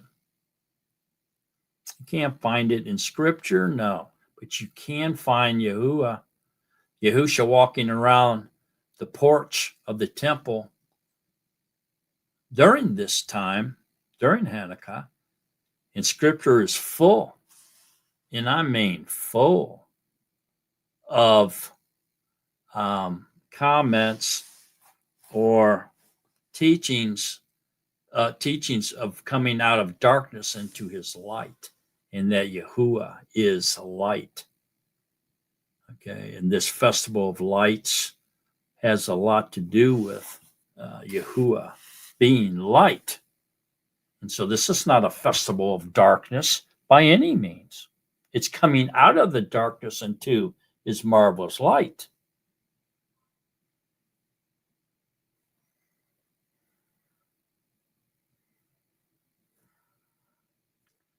So Yahuwah honored these efforts. He honors the efforts of the Maccabees to restore the temple by taking what little oil they had recovered and making it last an impossibly long time. This isn't the first occurrence that Yahuwah has done something like this. This is one of his fingerprints. This is one of his footprints we can follow. Yahuwah does this. He takes a little bit of something and makes it last or overcome the majority. He's always doing that. Just like he did with this little army of men going against the greatest army in the world and overcome them.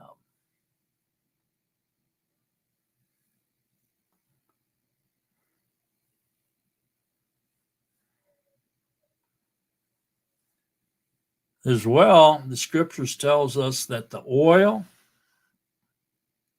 was miraculously extended in the case of the widow in 1 Kings, or Saraphath, and the wife of a prophet in 2 Kings. We can read about oil that was miraculously extended.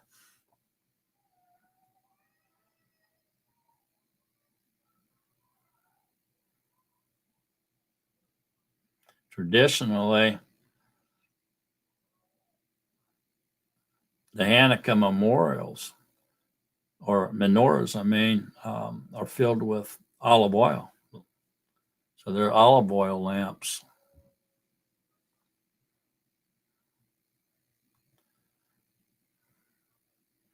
In the case of the widow at Zarephath, Yahuwah orchestrated a divine appointment with the prophet Elijah during a drought. And I just read about that today. He told Elijah that he had directed a widow there to supply him with food. And when Elijah arrived and found the woman, he requested water and bread. And she told Elijah that she only had a handful of flour and a small amount of oil. Elijah reassured her, saying, "The jar of flour will not be used up, and the jug of oil will not run dry until the day Yahuwah sends rain on the land." It's in 1 Kings 17:14. Just as Elijah promised, the woman, her family, and Elijah all had enough food every day until the land was again blessed with rain and began to grow produce. Even Elijah's successor, Elisha, also helped a widow who only had a small jar of oil. The woman's husband, a prophet, had died, and the creditors were demanding her sons as slaves in payment. Elisha told her to ask all her neighbors for empty jars and then go home and pour oil into all the jars until they were full. Then he directed her to sell the oil, pay her debts, and live on what was left.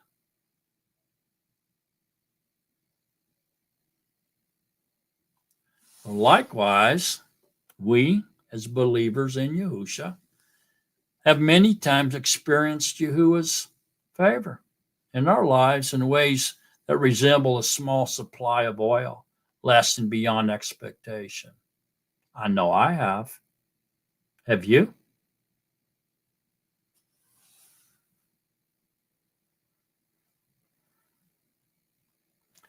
There was a woman who was held captive in the Nazi concentration camps of World War II. Her name was Corrie ten Boom, and her sister. These two women perhaps experienced such a miracle as this as well. The scene opens up with the Nazis forcibly and illegally interned them at Ravensbrück concentration camp for women during World War II. What was their crime? The Ten Boom sisters had hidden Jews in their home during the German occupation of Holland in World War II.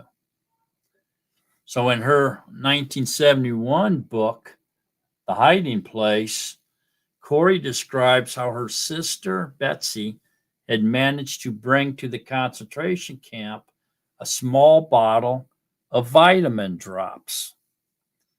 Although she needed those few drops as much as anyone else in that camp, Betsy never refused any one of them and willingly shared the drops with anyone who asked her for some.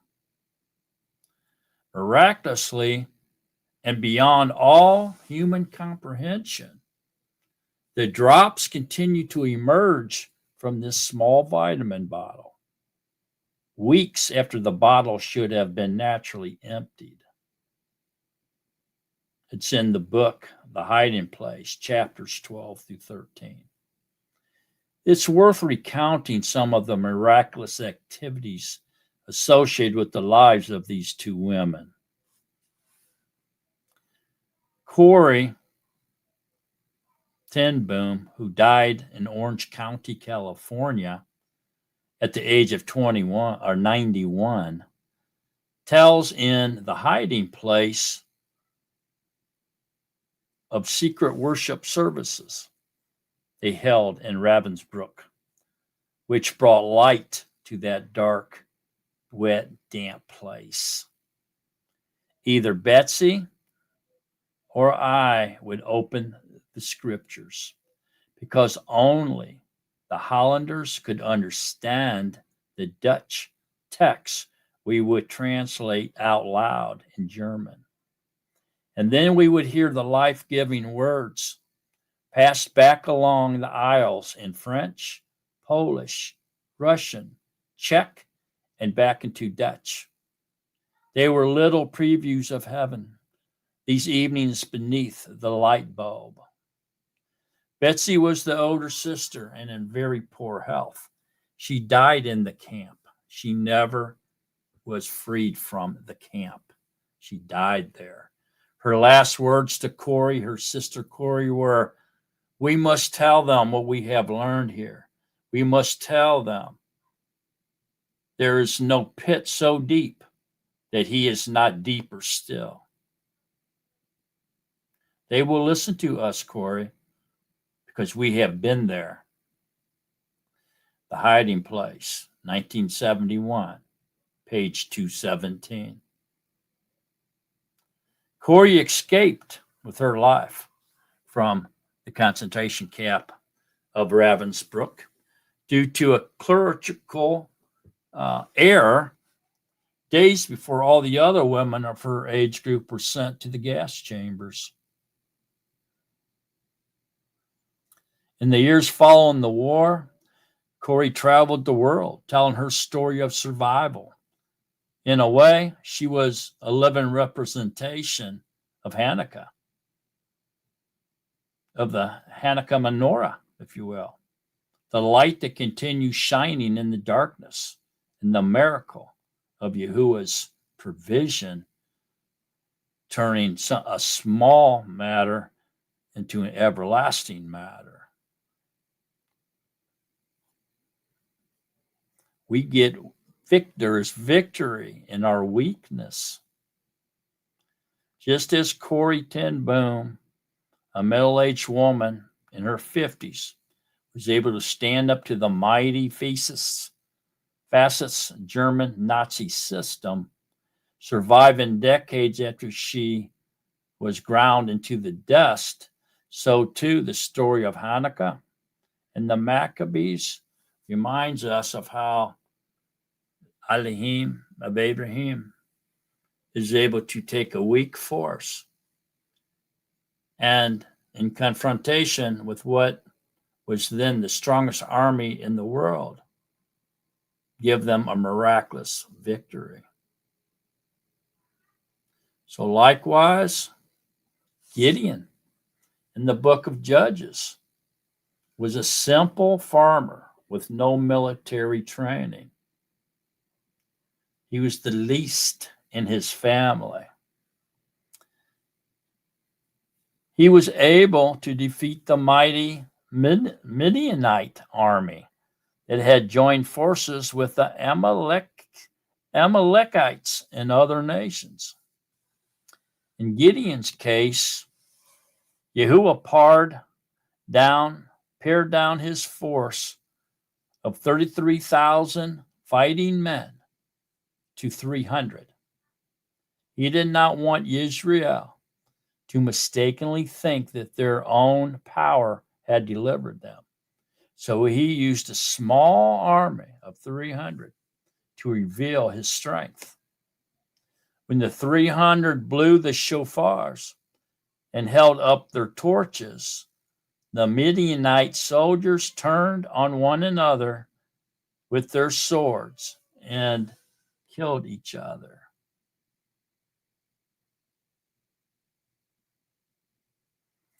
Yahuwah has also helped the Yehudish people to stand in these last days against armies way more powerful than their own.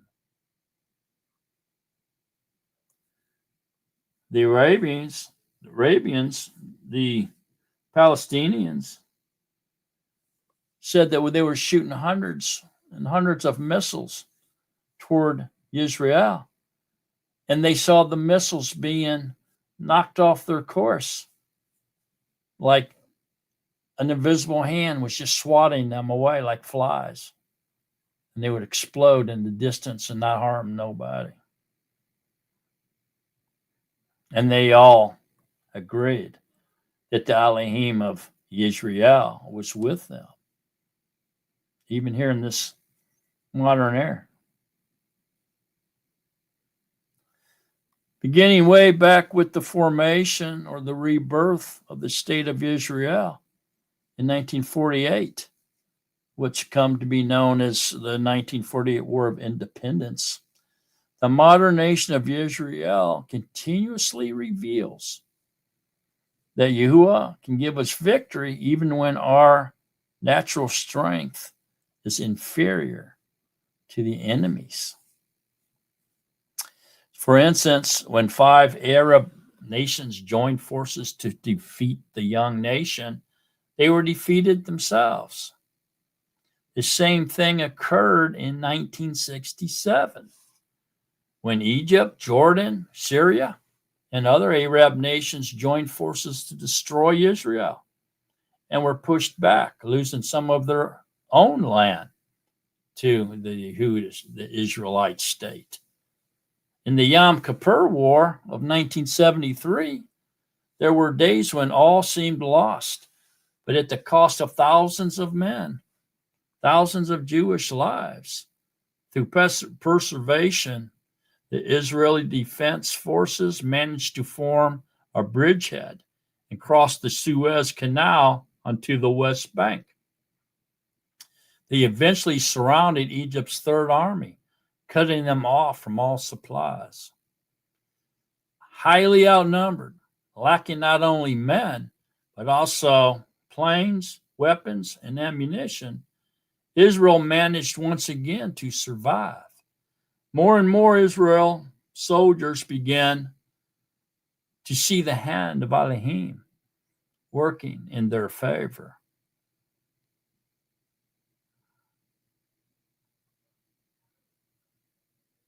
Yet, we know that Yahuwah usually does not work alone or solo. Most of the time, he works with his people. He often wants us to take the first step before he steps in. The principle is illustrated in the Midrash that says that the Red Sea did not actually part from Moshe until Nashon, the military leader of the tribe of Yehuda, walked into it up to his head, and then it parted. Similarly, Peter had to step out of the boat to join Yahusha before he experienced the miracle of walking on the water in Matthew 14, 22, and 23. Regardless of our status or circumstances, when we operate in belief, despite our own weakness, Yahuwah steps in and does the rest. 2 Corinthians 12:10 says it the best when Paul wrote to the Corinthians, "That is why, for Mashiach's sake, I delight in weaknesses, in insults, in hardships, in persecutions, and difficulties. For when I am weak, then I am strong." Corrie ten Boom recalls how her soul survived the brutality of the Nazis in her frail body. She wrote in her personal letter in 1974, she said, "Betsy and I were prisoners for Yahuwah. We were so weak, we got power because the Ruach HaKodesh was in us. that mighty inner strengthening of the Ruach HaKodesh helped us through.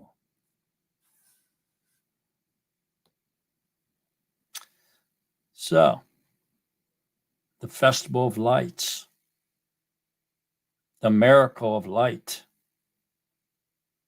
and this end time age that we're living in, the forces of darkness seem ever present. The message of Hanukkah is timely and reassuring during these dark times leading to the tribulation years.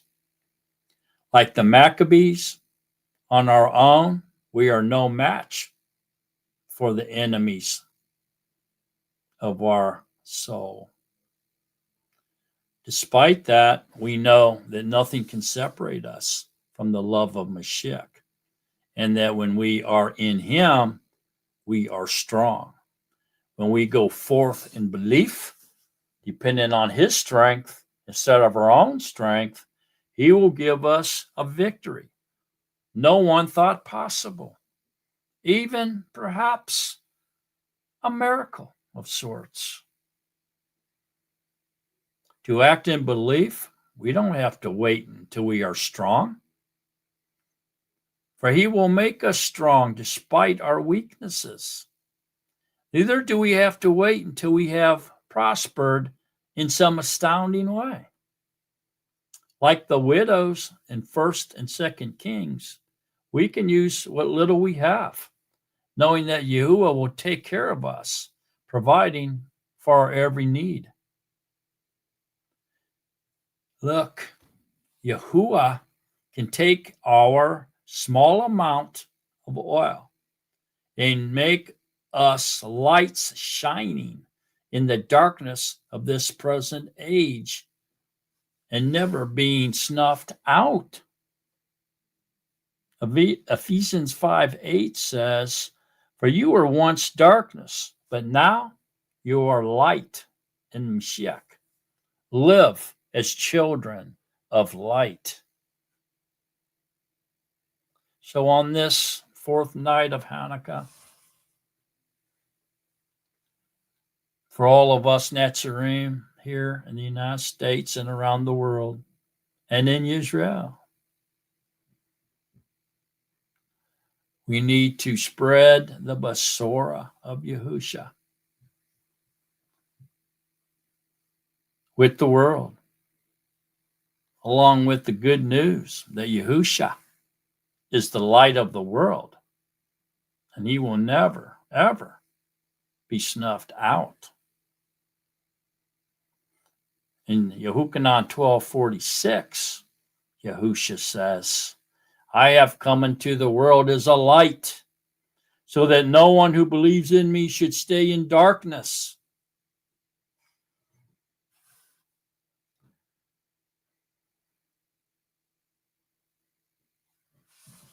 Luke 2:30 and 32 says, "For my eyes have seen your deliverance, which you have prepared in the sight of all nations, a light for revelation to the Gentiles, and the esteem of your people, Yesharal."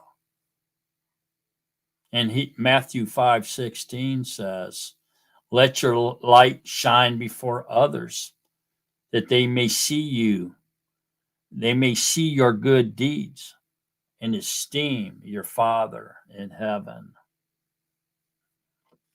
So may you all be blessed this Hanukkah and throughout the rest of this year and these end times, into the tribulation years, and to the end of the age, to the return of our Master, the King of Kings, Yahusha HaMashiach.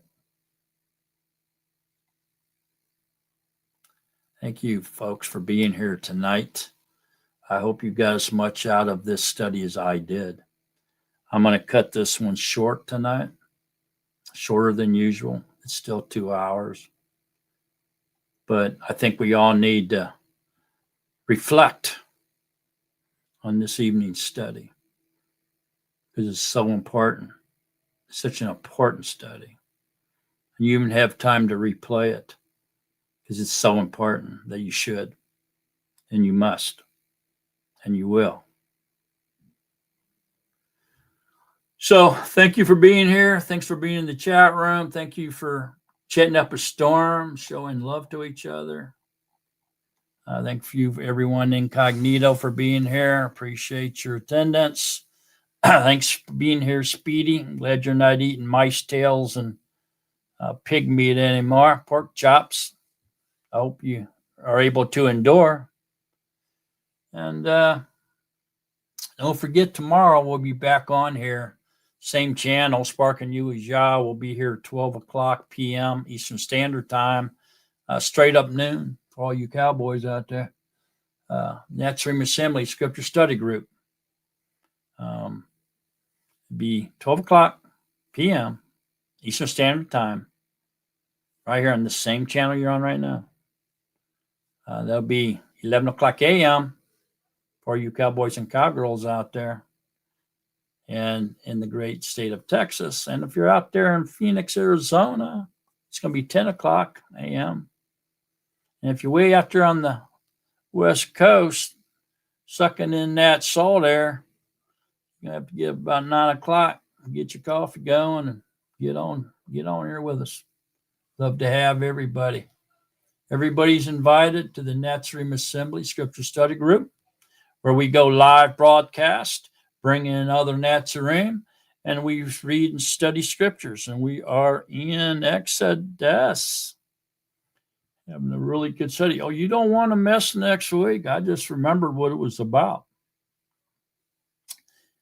You absolutely do not want to miss tomorrow's Nazarene Assembly Scripture Study Group. It may be the best study that we've had all year. So don't miss it. So be there or be square. And remember to stay in love with Yahusha. So long, Nazarene, beloved of Yahuwah. So long, folks. Peace, joy, and love to everyone. See you next week or see you tomorrow. Your choice. So long, everybody.